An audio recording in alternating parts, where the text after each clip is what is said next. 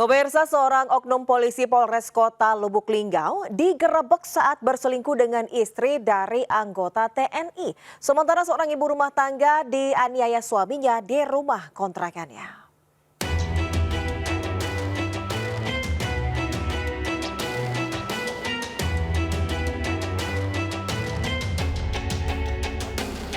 Video amatir ini merekam detik-detik perselingkuhan yang diduga melibatkan oknum polisi Polres Kota Lubuk Linggau dengan istri anggota Kodim 0406 Lubuk Linggau. Saat digerebek, oknum polisi berinisial J masih berseragam polisi lengkap, sementara pasangan wanitanya F sudah tanpa busana. Selain berstatus istri anggota TNI, F juga bekerja di salah satu bank plat merah. Pasangan ini digerebek di sebuah villa di kawasan Rejang Lebong, Provinsi Bengkulu. Mirisnya, penggerebekan dilakukan oleh suami F sendiri bersama rombongan anggota Intel Kodim 0406 Lubuk Linggau dan anggota Kodim 0409 Curug.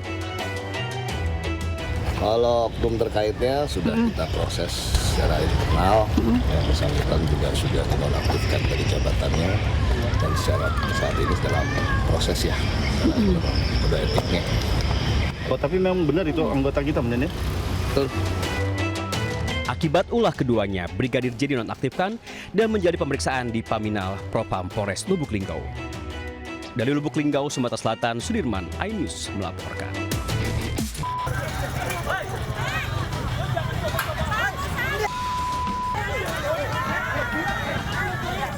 Puluhan warga yang menjadi korban penipuan rumah kontrakan murah menggeruduk rumah pelaku penipuan di Kampung Pulau Gede, Kelurahan Jaka Sampurna, Bekasi Barat.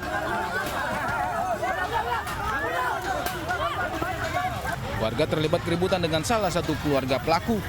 Sementara pelaku sendiri yang diketahui bernama Karsi telah melarikan diri. Setidaknya ada 57 warga yang tertipu rumah kontrakan murah. Mereka mengaku sudah memberikan uang muka puluhan hingga ratusan juta rupiah. Nyari duit aja sekarang susah, sekarang susah. Enaknya aja nipu. Bahkan ada sebagian warga lainnya yang sudah melunasi rumah kontrakan tersebut. Namun ternyata rumah kontrakan tersebut juga ditawarkan ke korban lain. Total kerugian hingga 5 miliar rupiah. Para korban tertipu rumah kontrakan murah yang ditawarkan di medsos atas nama Yurike, di mana 2 unit kontrakan ditawarkan hanya seharga 100 juta rupiah. Para korban kemudian diarahkan ke rumah seorang perempuan bernama Karsih yang mengaku pemilik kontrakan untuk bertransaksi. Para korban juga diajak bertemu dengan seseorang yang mengaku sebagai notaris, yang ternyata hanya juru ketik. Setelah uang muka diberikan dan korban akan memeriksa kondisi rumah kontrakan, ternyata rumah tersebut sudah dirobohkan.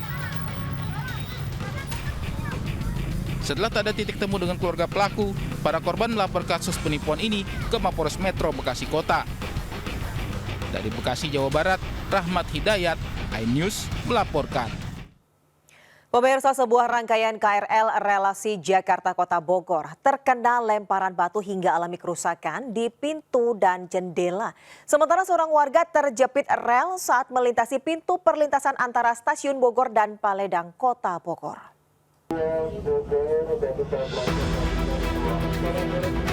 Bagian pintu dan jendela kaca rangkaian komuter lain ini nyaris pecah usai dilempar batu saat melintas di jalur antara stasiun Cilebut dengan stasiun Bogor, Jawa Barat.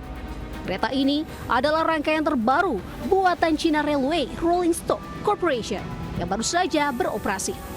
Pelemparan batu terjadi Jumat sore saat kereta melintas, tiba-tiba terdengar suara hantaman yang disusul retakan pada kaca pintu dan jendela. PT KAI Komuter pun berhasil menangkap pelaku pelemparan batu. 2 pelaku bocah berusia 8 dan 10 tahun tersebut adalah warga Kelurahan Cibogor, Bogor Tengah.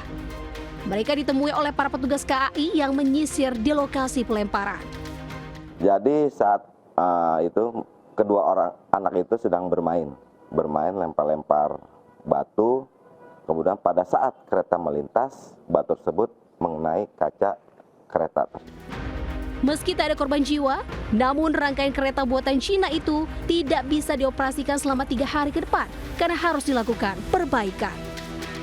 KAI meminta kepada para orang tua untuk selalu mengawasi dan juga memberikan edukasi kepada anak-anak mereka agar tak lagi melakukan aksi pelemparan batu ke kereta api yang melintas. Dari Jakarta, Rani Sanjaya melaporkan.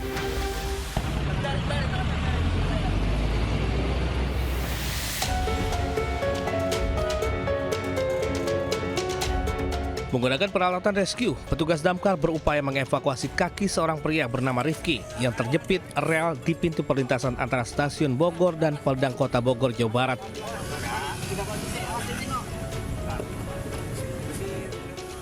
Setelah 30 menit, kaki pria ini berhasil diangkat dan langsung diberi penanganan medis.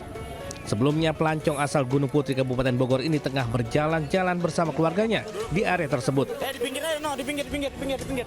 Namun karena minimnya penerangan, kaki kanan korban pun terperosok di antara celah besi rel dan bak kontrol. Korban yang luka ringan sudah kembali pulang ke rumahnya.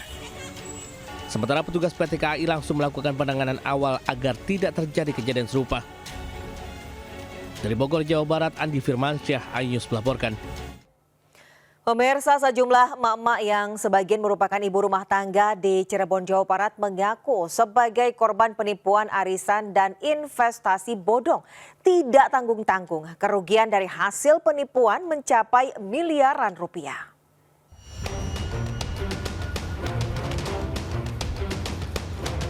Polres Cirebon Kota mendadak ramai. Belasan ibu rumah tangga datang untuk melapor dugaan penipuan arisan dan investasi bodong.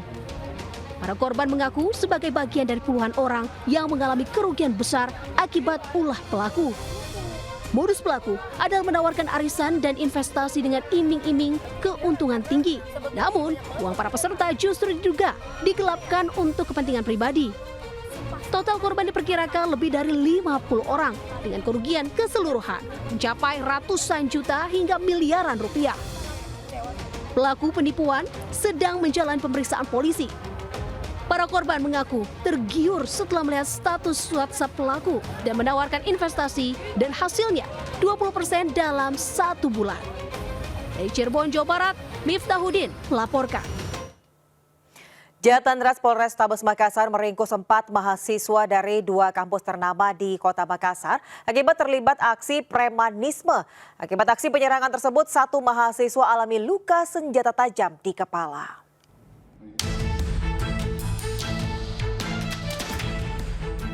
Viral, seorang mahasiswa dikeroyok hingga terlibat adu jotos di kantin kampus Universitas DIPA Makassar. Pengeroyokan dipicu persoalan sepele, yakni tempat duduk di kantin kampus yang ditempati korban, dipersoalkan hingga diklaim oleh para pelaku. Tim Jatandras Polrestabes Makassar yang menerima laporan meringkus 4 pelaku di rumahnya di salah satu asrama mahasiswa di Kota Makassar, Sulawesi Selatan. Masing-masing pelaku yang ditangkap tidak hanya terlibat dalam 1 kasus tindak pidana.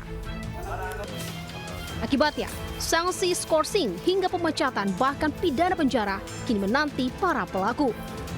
Kan itu. Iya, Pak. Karena mahasiswa seharusnya datang ke kampus itu bukan untuk berkelahi, tapi datang untuk belajar. Makanya untuk menjadi koreksi bahwa ini kita coba proses kembali semua apa yang menjadi masalah dalam. Kenapa sampai ada yang beginian? Kenapa sampai ada perkelahian? Nah, saya sudah minta kepada WR3 untuk membahas kembali dan mengambil tindakan lebih keras kembali kepada orang-orang yang melakukan hal-hal tersebut. Kenapa? Kita inginkan kampus tenang dalam hal belajar. Kalau sampai terjadi hal tersebut, berarti orang yang tidak menginginkan kampus belajar dengan tenang, nah itu yang kita tidak inginkan ada di dalam kampus. Sejumlah mahasiswa yang diamankan kini ditahan di Polrestabes Makassar guna proses hukum lebih lanjut. Dari Makassar, Sulawesi Selatan, Syahrul Adiaksa melaporkan.